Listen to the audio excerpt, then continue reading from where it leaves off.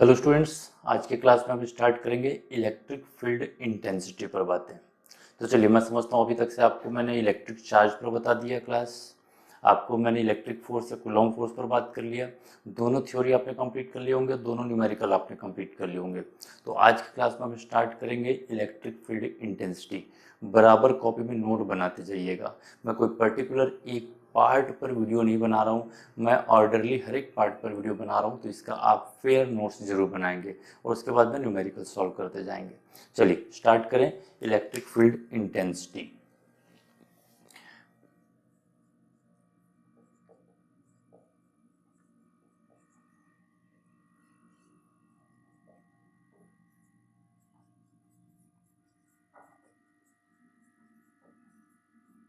Electric field intensity, इसमें सबसे पहले तो छोटे छोटे टर्मिनोलॉजीज देख लें। सबसे पहले मैं आपको डिफाइन करके दे दूं electric field. Electric field electric field space होता है, किसी चार्ज के चारों तरफ का स्पेस जहां पर उस चार्ज के इलेक्ट्रिक फोर्स को एक्सपीरियंस किया जा सके, that space is called electric field. मैं डिफाइन कर दूं, it is a three-dimensional space around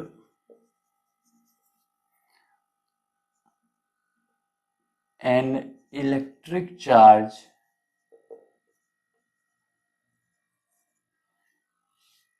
where its electric force can be experienced। समझ पा रहे हैं आप? थ्री डायमेंशनल स्पेस किस चार्ज के चारों तरफ, जहां पर इलेक्ट्रिक फोर्स को एक्सपीरियंस किया जा सके, किसी चार्ज के इलेक्ट्रिक फोर्स को एक्सपीरियंस किया जा सके, उसको इलेक्ट्रिक फील्ड बोलते हैं।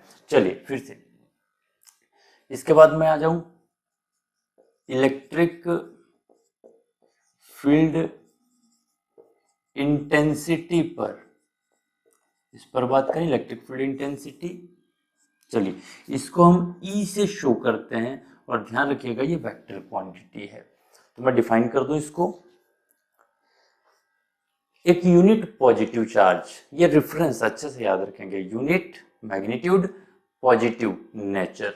यूनिट पॉजिटिव चार्ज किसी पॉइंट पे जितना इलेक्ट्रिक फोर्स एक्सपीरियंस करेगा, that electric force is called electric field intensity. Note करें,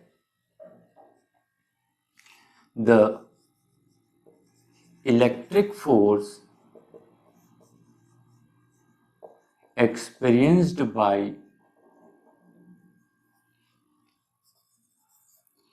unit positive charge at a point is called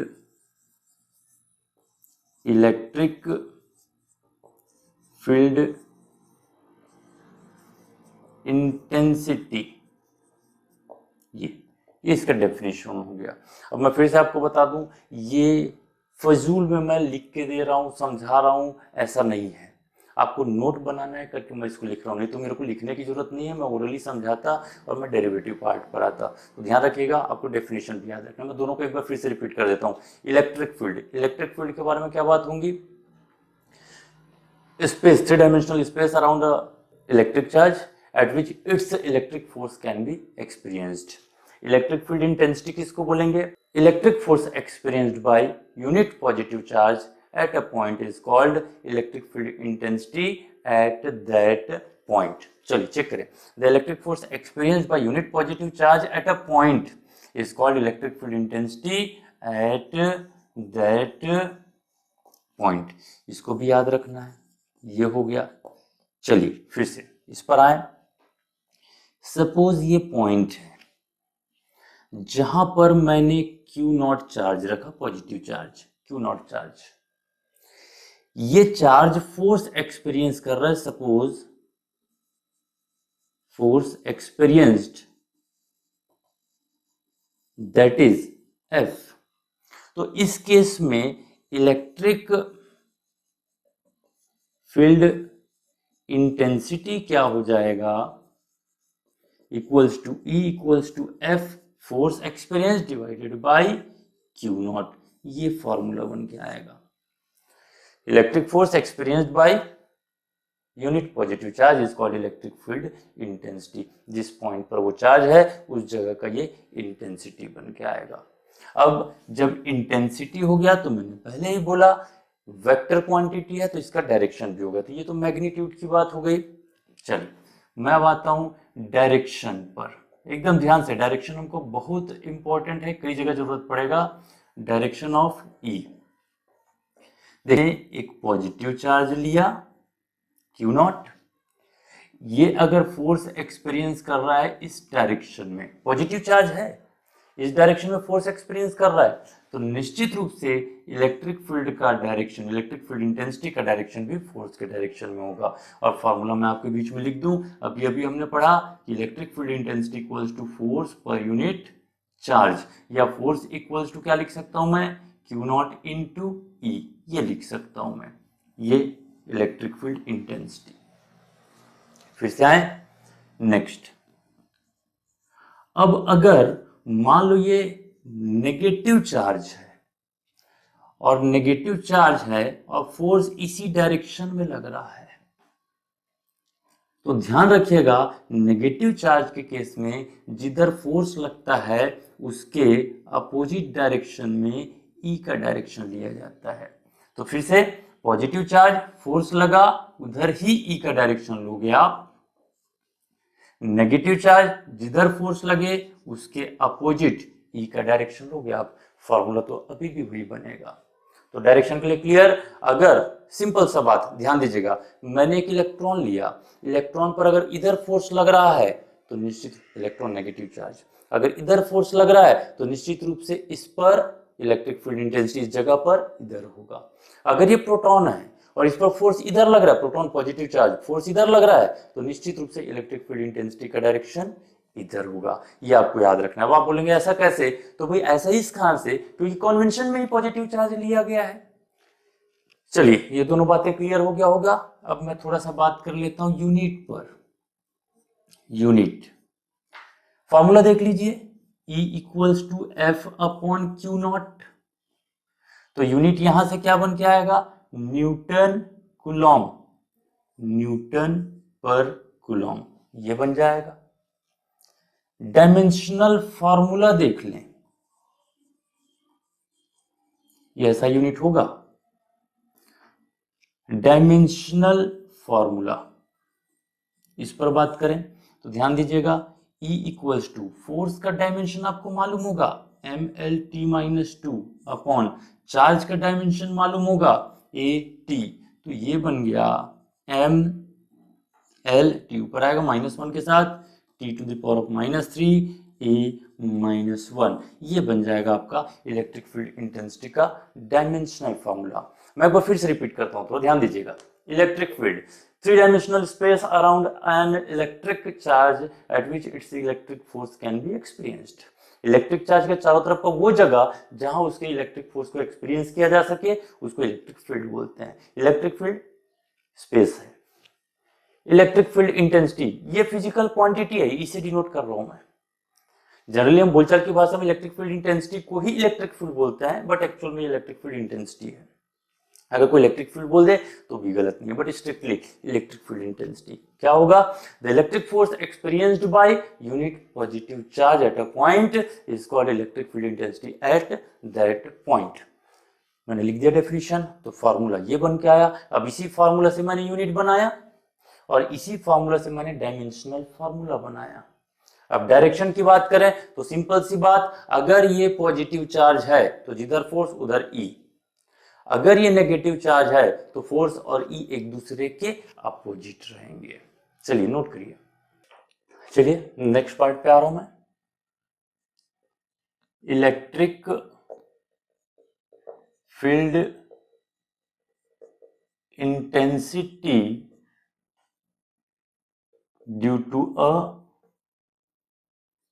point charge, एक पॉइंट चार्ज के कारण इलेक्ट्रिक फील्ड इंटेंसिटी। चलिए समझते हैं। मैंने एक चार्ज पार्टिकल लिया Q, इसको मैं रेफरेंस चार्ज बोल रहा हूं, इसके कारण आसपास इलेक्ट्रिक फील्ड बना हुआ है। उस इलेक्ट्रिक फील्ड में मैंने एक चार्ज लिया at a distance of r, इस चार्ज को मैंने बोला Q0। तो इस पॉइंट पर फील्ड बना रहा है Q, और उस फील्ड के कारण से फोर्स लग रहा है Q0 पर। तो चलो फॉर्मूला पे है, force experienced by Q0 equals to, formula आपको मालूम है, 1/4πε0 Q into Q0 divided by R square. तो अब अगर हमको बात करना है इलेक्ट्रिक फील्ड इंटेंसिटी पर, तब इंटेंसिटी इसको हम लिखते हैं E से शो करते हैं, और E equals to F upon Q0। तो Q0 के केस में हम देखें, F ये पूरा वैल्यू होगा, Q0 से डिवाइड करोगे तो ये टर्म कैंसिल हो जाएगा। मैं लिख दूं 1/4πε0 Q into Q0 divided by R square whole divided by Q0, ये टर्म तो कैंसिल हो गया। तो इलेक्ट्रिक फील्ड इंटेंसिटी का फॉर्मूला बना 1/4πε0 Q divided by R square, ये हो गया, ये इलेक्ट्रिक फील्ड इंटेंसिटी है। तो फिर से सिंपल सा, चलिए मैं ऑब्जर्व कर रहा हूं इस पर, तो ये टेस्ट चार्ज हुआ और ये रेफरेंस चार्ज हुआ। तो फोर्स लगा है टेस्ट चार्ज पर, फोर्स लगा है टेस्ट चार्ज पर, और टेस्ट चार्ज जिस पॉइंट पर रखा रहा होगा उस पॉइंट पर इलेक्ट्रिक फील्ड रहा होगा, और इस इलेक्ट्रिक फील्ड को किसने बनाया होगा? रेफरेंस चार्ज ने। चलो उल्टा आ जाए, मैं इसको टेस्ट चार्ज ले लेता हूं। तो फोर्स लगा है टेस्ट चार्ज पर, और इस पॉइंट पर इलेक्ट्रिक फील्ड बनाया होगा रेफरेंस चार्ज ने। तो ये चीजें आपको ध्यान देना है। इलेक्ट्रिक फील्ड इंटेंसिटी किसके कारण से प्रोड्यूस हो रहा है? रेफरेंस चार्ज के कारण से। अब इसी में एक स्टेप और आगे बढ़ा दें, तो अगर मैं किसी चार्ज पार्टिकल से इंफिनिटी पर बात करूं, एक चार्ज पार्टिकल से इनफाइनाइट डिस्टेंस पर बात करूं, तब के केस में क्या हो जाएगा? E equals to 1/4πε0 Q divided by infinity square. तो इंफिनिटी स्क्वायर हो गया तो ये तो टर्म हो जाएगा 0। इलेक्ट्रिक फील्ड इंटेंसिटी खत्म हो जाएगा कहां पर? इंफिनिटी पर। अब देखिए इलेक्ट्रिक फील्ड इंटेंसिटी, इसका हम वेक्टर फॉर्म बना लें, वेक्टर फॉर्म। ये ध्यान से देखिएगा, बिल्कुल बहुत आसान है। चेक करिए आप, इस जगह पर पॉजिटिव चार्ज, इस जगह पर अगर ये पॉजिटिव है तो इस जगह पर फोर्स किधर लगेगा? अगर ये पॉजिटिव है तो इधर, अगर ये नेगेटिव है तो इधर। डिपेंड करता है इन दोनों के नेचर पर, लेकिन जैसा भी रहे इस लाइन के अलोंग ही रहेगा। तो मैं वेक्टर फॉर्म में लिखना चाहूं तो E का मैग्नीट्यूड तो आपको क्लियर हो गया, 1/4πε0 Q divided by R square, ये मैग्नीट्यूड है। और डायरेक्शन किधर होगा? R के अलोंग होगा, ये यूनिट वेक्टर आपको मालूम है। ये बन गया वेक्टर फॉर्म में। या हम चाहे तो ऐसा भी लिख सकते हैं, E equals to 1/4πε0 Q divided by R square. थोड़ा ध्यान दीजिएगा, ये मैग्नीट्यूड है, यूनिट वेक्टर मैग्नीट्यूड 1 था। अगर मैं इसको R लिख दूं तो आप समझ सकते हैं ये अपना मैग्नीट्यूड भी रख लिया है, और उस मैग्नीट्यूड को कैंसिल करने के लिए आपको इसको क्या करना पड़ेगा? 3 करना पड़ेगा। तो इन दोनों में से जैसा भी चाहें आप, ये रिप्रेजेंटेशन होगा इलेक्ट्रिक फील्ड इंटेंसिटी का वेक्टर फॉर्म में। चलिए नोट करिए। चलिए अगला टॉपिक देखें, electric field intensity due to group of charges, group of electric charges. ये देख लें, ग्रुप ऑफ इलेक्ट्रिक चार्जेस। चलिए मुझे इस पॉइंट पर देखना है इलेक्ट्रिक फील्ड। मैं एक ले रहा हूँ चार्ज Q1 जिससे इस पॉइंट का डिस्टेंस R1 है, एक पॉइंट ले रहा हूँ मैं Q2 जिससे इस पॉइंट का डिस्टेंस R2 है, एक पॉइंट और ले रहा हूँ मैं एक चार्ज Q3 जिससे इसका डिस्टेंस R3 है। ये इस तरह से तो आपको मालूम होगा, suppose the point is P point पर ये अपना फील्ड बनाएगा, ये अपना फील्ड बनाएगा, ये अपना फील्ड बनाएगा, और electric field intensity vector quantity है, तो नेट इलेक्ट्रिक फील्ड इंटेंसिटी कितना होगा, वो तो वेक्टर सम होगा। तो ध्यान देना, मैं लिख दूं एट P पॉइंट पर electric field intensity due to Q1, इसको मैं रिप्रेजेंट कर रहा हूं E1 से, मैग्नीट्यूड होगा 1/4 pi epsilon not Q1 upon R1 square. अब वेक्टर फॉर्म में अगर मैं इसको लिखूं तो मैं यहां पर लिखूंगा R1 कैप। चलिए अगला फिर देखें, electric field intensity due to Q2, E2 से शो कर रहा हूं मैं, तो ये बन जाएगा 1/4 pi epsilon not Q2 divided by R2 square magnitude, और अगर वेक्टर फॉर्म में आए तो R2 कैप। अगला electric field intensity due to Q3 equals to क्या होगा, E3 equals to 1/4 pi epsilon naught Q3 divided by R3 square, और ये हो जाएगा R3 कैप। ये तीन हो गया, ये मैग्नीट्यूड भी रख रहा है और डायरेक्शन भी रख रहा है अपने साथ। तो अब मैं बात करूं according to principle of superposition, मेरा बात एकदम ध्यान से समझिएगा, जहां पर भी बहुत सारे वेक्टर क्वांटिटी एक साथ रहे और उनका रिजल्टेंट चाहिए तो वहां पर हमको प्रिंसिपल ऑफ सुपरपोजिशन लगाना पड़ता है।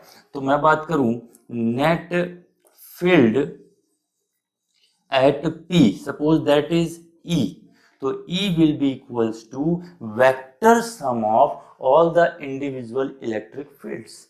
तो ये होगा E1 plus E2 plus E3, या मैं लिख सकता हूं E इक्वल्स टू, सबका वैल्यू मैंने लिख दिया हूं, ध्यान दीजिएगा, 1/4 pi epsilon not Q1 upon R1 square R1 cap, plus next लिखें 1/4 pi epsilon not Q2 upon R2 square R2 cap, और लिखें 1/4 pi epsilon naught Q3 upon R3 square, ये R3 कैप। ये इस तरह से हो गया। अब इसी फॉर्मूला को लास्ट में कॉमन चीजों को बाहर निकाल दें तो क्या बनेगा, E become equals to 1/4 pi epsilon naught, check करिए सब में कॉमन है, और क्या रह गया, ये हो गया Q1 upon R1 square R1 cap plus Q2 upon R2 square R2 cap plus Q3 upon R3 square R3 cap. ये हो गया। तो इस तरह से आप रिजल्टेंट इलेक्ट्रिक फील्ड इंटेंसिटी का मैग्नीट्यूड निकाल सकते हैं डायरेक्शन के साथ। नोट करिए। अब हम बात करते हैं कंटिन्यूअस चार्ज डिस्ट्रीब्यूशन पर। अब ध्यान से समझिएगा, जरूरी नहीं कि हर बार चार्ज एक पॉइंट पर या पॉइंट चार्ज दे दे, चार्ज डिस्ट्रीब्यूट हो सकता है, वो लीनियर डिस्ट्रीब्यूट हो सकता है, किसी एरिया में डिस्ट्रीब्यूट हो सकता है, या हो सकता है किसी बल्क में डिस्ट्रीब्यूटेड हो। तो चलिए सबसे पहले मैं बात करता हूं, ध्यान देना, लीनियर चार्ज डिस्ट्रीब्यूशन। ये डिस्ट्रीब्यूशन। अब मैं इसको डायग्राम से समझाने की कोशिश करूं तो ये एक लाइन चार्ज है, चलो मैंने माना प्लस और माइनस जो भी लेना चाहो, ये लीनियर चार्ज डिस्ट्रीब्यूशन कुछ इस तरह से हो गया। इसमें टोटल चार्ज मैंने माना प्लस क्यू है, सपोज टोटल लेंथ मैंने माना एल है। तो अब इस जगह पर अब डिस्ट्रीब्यूशन है तो डेंसिटी पर आ जाएं, तो ये है लीनियर चार्ज डेंसिटी, इसको लैम्डा से शो करते हैं, and lambda equals to total charge divided by length. तो lambda equals to Q upon L, ये हो गया ये। अब इसका यूनिट यहीं पर से देख लो आप, चार्ज अपॉन लेंथ तो कूलॉम पर मीटर होगा, ये भी हो गया। नेक्स्ट इसी में देखें हम फार्मूला, देखिए क्या बन गया, total charge equals to lambda into length. ध्यान से समझिएगा, अगर मान लो मैं एक छोटा सा सेगमेंट ले रहा हूं और उस सेगमेंट का लेंथ डेल एल है, तो इस लेंथ में कितना चार्ज होगा वो निकालें, तो ये होगा del Q equals to lambda into del l, ये होगा। चलिए next, second, surface charge distribution, इस पर आए। मैं एक सरफेस एरिया ले लेता हूं, इसमें चलो कोई सा भी चार्ज अपने से ले लो आप, सरफेस पर कोई सा भी चार्ज। मैंने लिखा टोटल चार्ज इसमें Q है और टोटल एरिया उस प्लेट का ये A है, मैंने माना। तो इस जगह पर डिस्ट्रीब्यूशन है तो डेंसिटी होगा, सरफेस चार्ज डेंसिटी सिग्मा से शो करें, तो सिग्मा इक्वल्स टू होता है चार्ज अपॉन एरिया। तो सिग्मा इक्वल्स टू हो गया चार्ज Q अपॉन A, ये हो गया। अब इस पर आगे बढ़े, सिग्मा का यूनिट देखो, यूनिट तो चेक करिए, charge upon area, coulomb upon metre square, या लिख सकता हूं कूलॉम पर मीटर स्क्वायर, ये हो गया। फिर से देखिए, इसको मैं अगर ट्रांसफर करूं तो चार्ज इक्वल्स टू क्या बनेगा, सिग्मा इंटू एरिया, ये बन जाएगा। ध्यान देना, मैं इसमें एक छोटा सा सेगमेंट ले रहा हूं जिसका एरिया, चलिए मैंने माना डेल ए है, तो इसमें चार्ज का एक छोटा सा सेगमेंट होगा डेल क्यू, तो इसको मैं क्या लिख सकता हूं, charge del Q equals to sigma into del A, ये बन के आ जाएगा ये। थर्ड डिस्ट्रीब्यूशन पे आए, थर्ड वॉल्यूम चार्ज डिस्ट्रीब्यूशन, ये ध्यान दीजिएगा। ये देखें, जैसे मैंने एक कोई बल्क लिया, कोई सा भी हो सकता है, एक बल्क लिया, ये इसमें मैंने देखा टोटल चार्ज ये Q है और टोटल वॉल्यूम ये V है। ध्यान रखिएगा, बल्क डिस्ट्रीब्यूशन सिर्फ कब होता है, ये होता है नॉन कंडक्टिंग मटेरियल में, और नॉन कंडक्टिंग मटेरियल होगा सिर्फ उसी में होता है, बाकियों में नहीं होता। तो यहां पर अगर मैं बात करूं वॉल्यूम चार्ज डेंसिटी के बारे में बात करें, इसको रो से शो कर रहे हैं, तो क्या बन के आएगा फॉर्मूला, चार्ज अपॉन वॉल्यूम। तो रो इक्वल्स टू हो गया चार्ज Q अपॉन वॉल्यूम, और यहां पर ये यूनिट क्या बन के आएगा, एसआई सिस्टम में चार्ज कूलॉम पर मीटर क्यूब, या मैं लिख सकता हूं कूलॉम पर मीटर क्यूब। फिर से इसमें छोटा सा मैंने स्पेस लिया, सपोज उसका वॉल्यूम है डेल वी और वहां पर चार्ज है डेल क्यू। तो इस केस में ट्रांसफर करके देखिए इस फॉर्मूला को, क्या बनेगा, charge equals to rho into volume.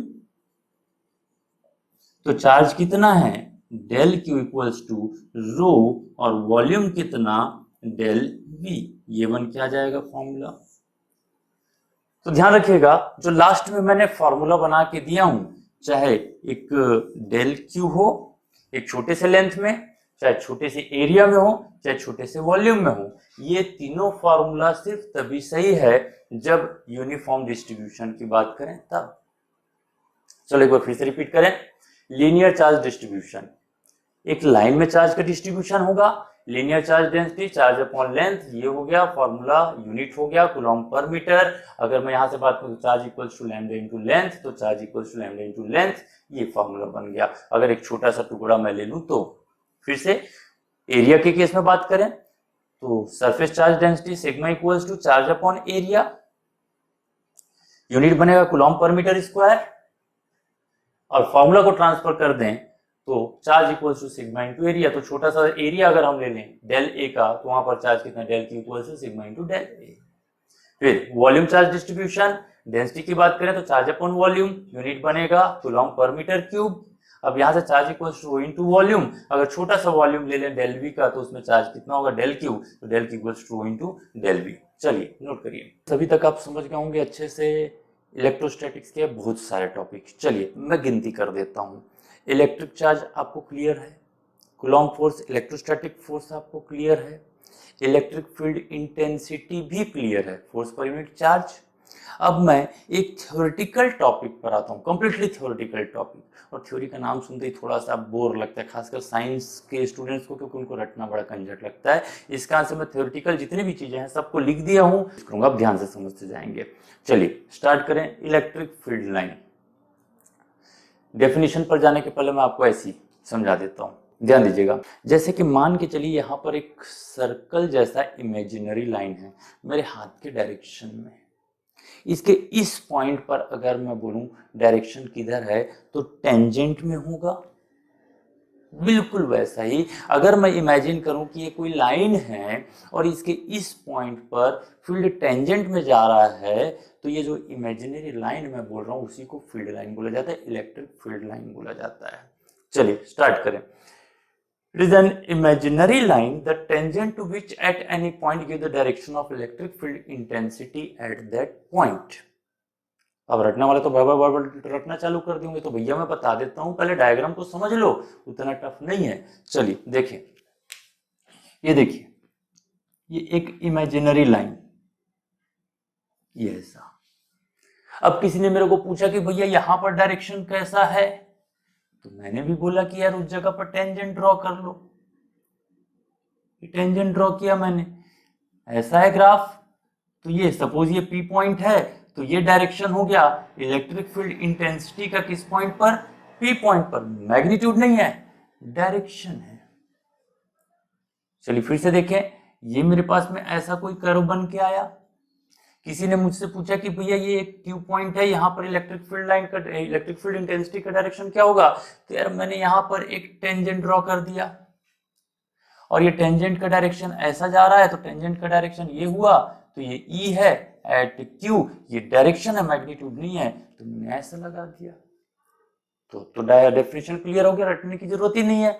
Electric field line क्या होगा, it is an imaginary line the tangent to which at any point give the direction of electric field intensity at that point. Clear यहां तक? अब देखिए properties, मैंने सारे properties लिख दिया हूं। अराइजेस फ्रॉम पॉजिटिव चार्ज, चलिए देखें, ये मैंने पॉजिटिव चार्ज लिया, ये तो electric field line positive charge से स्टार्ट होता है, ये इस तरह से पॉजिटिव चार्ज से स्टार्ट होगा, ये अच्छे से याद रखिएगा, ये पॉजिटिव चार्ज से। इसका मतलब कोई हमको यहां पर फील्ड का डायरेक्शन पूछे तो किधर होगा, इस तरफ होगा। यहां पूछे तो इस तरफ होगा। Next, ends on negative charge, ये नेगेटिव चार्ज, यहां आसपास इलेक्ट्रिक फील्ड लाइन कैसा होगा, इस तरह से होगा कि वो जाके खत्म हो जाए कहां पर, नेगेटिव चार्ज पर। ये देखिए,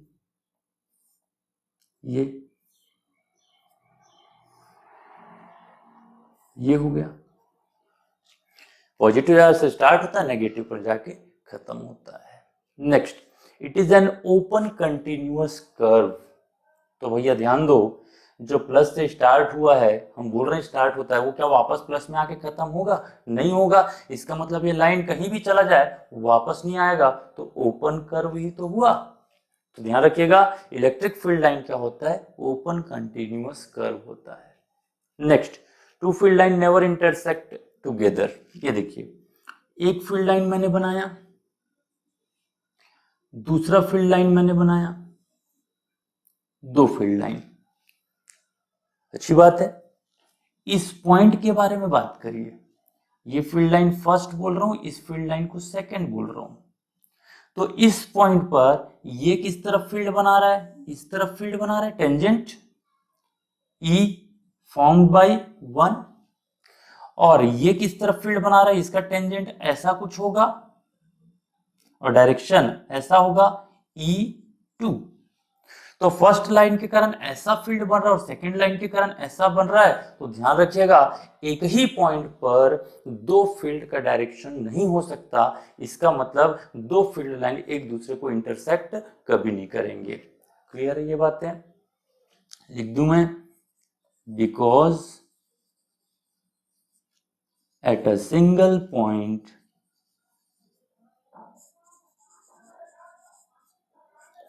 two or more direction of electric field is not possible। Clear यहां तक, चलिए समझ में आना चाहिए। कॉन्ट्रैक्ट लॉन्गिट्यूडिनली, इधर देखिएगा, मैंने एक प्लस चार्ज लिया और एक माइनस लिया। तो जैसा हम समझते हैं कि प्लस से राइज होता है, तो मैं ऐसा डायग्राम बना देता हूं, ये प्लस से राइज हो रहा है, माइनस पे एंड होता है, तो चलिए मैं ऐसा डायग्राम बना देता हूं, ये माइनस पर एंड हो रहा है, ये माइनस पर एंड हो रहा है। अब ध्यान से देखिएगा, अगर ये वापस प्लस में तो आने वाला नहीं है, तो ये निश्चित रूप से कहां जाकर खत्म होगा, माइनस में जाके खत्म होगा। कुछ इस तरह से, ये हो सकता है ऐसा जाए, ये हो सकता है ऐसा जाए, ये ऐसा, ये ऐसा, ऐसा हो सकता है, ये ऐसा हो सकता है, ये हो। तो प्लस से स्टार्ट होकर माइनस पर जा रहा है। तो आप ध्यान से देखिएगा, ये प्लस और माइनस को जो मिलाने वाला लाइन है, ये बिकॉज ऑफ अट्रैक्शन ये एक सिकुड़ने की कोशिश करेगा, कॉन्ट्रैक्ट होने की कोशिश करेगा। अब कॉन्ट्रैक्शन ये शो कर रहा है कि अपोजिट चार्जेस के बीच में अट्रैक्शन होता है। तो ध्यान देना, ये जो टर्म है कॉन्ट्रैक्ट लॉन्गिट्यूडनली, यही से प्रूफ होता है कि अपोजिट चार्जेस और डिसिमिलर चार्जेस अट्रैक्ट करते हैं एक दूसरे को। तो मैं लिख दूं यहां पर, डिसिमिलर चार्जेस अट्रैक्ट टुगेदर, यहां से प्रूफ हुआ। रिपेल लैटरली, अब ध्यान दीजिएगा, स्टार्ट तो यहां साथ साथ हुआ, लेकिन अब देखिए लाइन दूर जा रहा है, इधर भी लाइन दूर जा रहा है, इधर भी लाइन दूर जा रहा है। इसका मतलब क्या हुआ, ये जो फील्ड लाइन है, आप ध्यान देना, कन्वेंशन पॉजिटिव चार्ज के लिए थे हमने, तो मैं इमेजिन करके देखता हूं कि ये पॉजिटिव चार्ज है, तो पॉजिटिव चार्ज एक दूसरे से दूर हटे, तो दो सेम चार्जेस एक दूसरे से दूर हट रहे हैं, मतलब रिपेल कर रहे हैं। तो यहां से क्लियर है कौन सा, सिमिलर चार्जेस रिपेल टुगेदर, ये भी क्लियर हो गया। अब देखिएगा ध्यान से, ये मैंने ये ऐसे एक लाइन ड्रॉ किया, ये लाइन ड्रॉ किया, ये फील्ड लाइन है, इसमें मैंने एक और ये दो स्पॉट बना दिए। अब किसी ने पूछा हमको कि यार फील्ड कहाँ कहाँ पर कैसा होगा, तो फर्स्ट पोजीशन पर मैंने फील्ड लिया E1, सेकंड पर मैंने लिया E2, तो आप ध्यान से लाइन देखिए, डेंसर कहां पर है, सेकंड स्पॉट पर है, तो निश्चित रूप से जहां पर फील्ड लाइन ज्यादा है वो ज्यादा इंटेंस होगा एज कंपेयर टू 1। तो डेंसर फील्ड लाइन यहां पर क्या होगा, मैं ऐसा लिख दूं, स्ट्रॉन्ग फील्ड होगा। Rarer field line weak field होगा। और सबसे जरूरी बात, अगर फील्ड लाइन ही नहीं है तो आप समझ लेना कि वहां पर कोई फील्ड नहीं है, इलेक्ट्रिक फील्ड इंटेंसिटी क्या होगा, 0 होगा। Next, always normal to the charge metallic surface. चलो मैंने ऐसा कोई मेटल लिया, एक सिंपल सी बात करें, प्लस प्लस प्लस, ये प्लस चार्ज ले लिया मैंने, प्लसराइज होता है। अब मुझे बताइए, अगर इस जगह पर फील्ड लाइन नॉर्मल है, E वेक्टर क्वांटिटी आप पढ़े हो, तो इस E का परपेंडिकुलर कंपोनेंट क्या होगा, 0। और परपेंडिकुलर अगर 0 है तो इस प्लस पर कोई फोर्स नहीं लगेगा, E0। ये देखिए, इधर इलेक्ट्रिक फील्ड इंटेंसिटी इस डायरेक्शन में कितना हो गया, 0। चलो इसको मैं E1 कर देता हूं, इसको E2 कर देता हूं। इधर है, इधर नहीं है।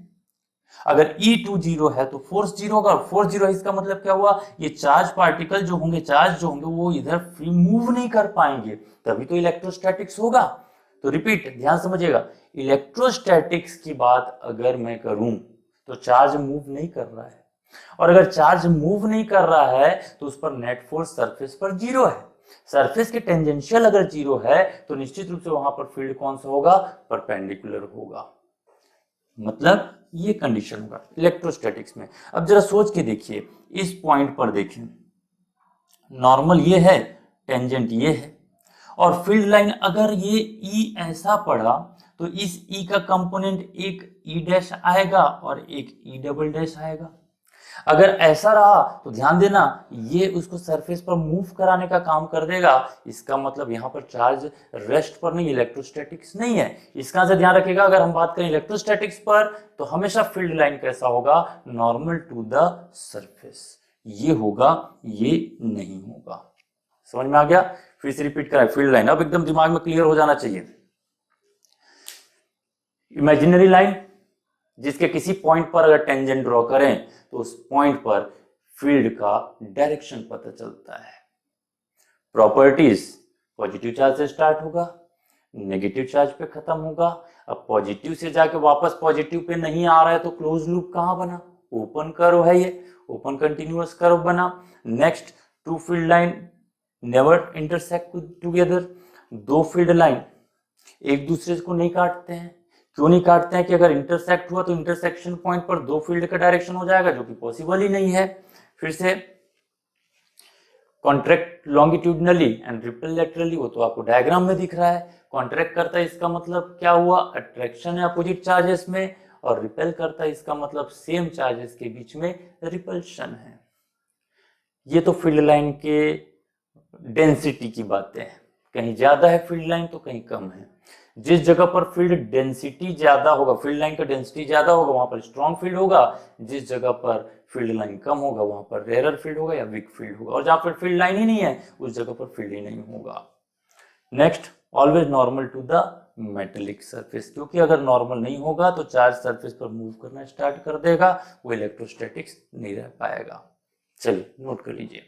चलिए इलेक्ट्रिक फील्ड लाइन के बारे में एक छोटा सा टॉपिक डिस्कशन कर देते हैं जो कभी कभी कॉन्सेप्चुअल क्वेश्चन में आता है।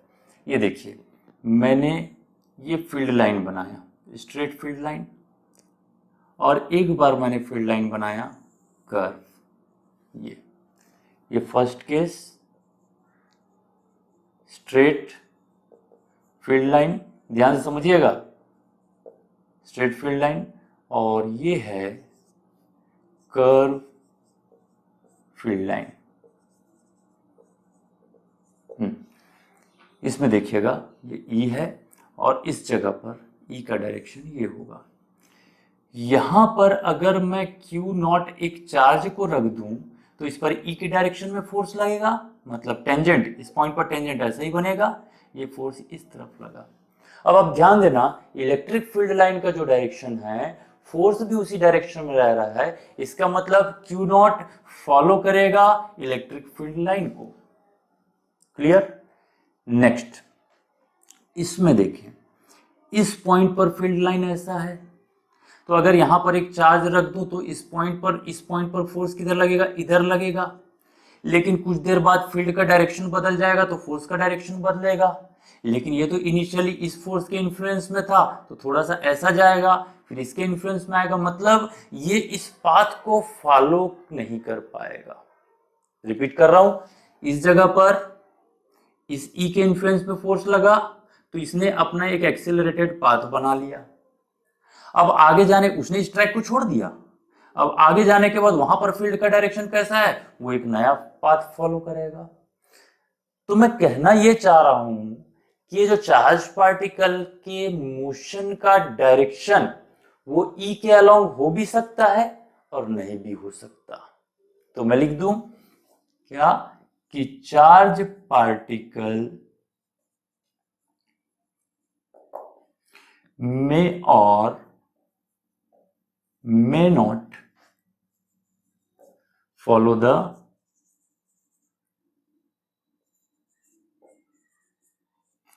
Electric field line. Clear? Follow कब करेगा? जब स्ट्रेट होगा और इसी डायरेक्शन में चल रहा होगा। फॉलो कब नहीं करेगा? जब कर्व पाथ होगा। फिर से देखिएगा, थर्ड केस में फील्ड लाइन ऐसा है बट चार्ज पार्टिकल ऐसा एंटर किया विद वेलोसिटी v, तो अब भी वो फील्ड लाइन को फॉलो नहीं करेगा, वो किसी और डायरेक्शन में चला जाएगा।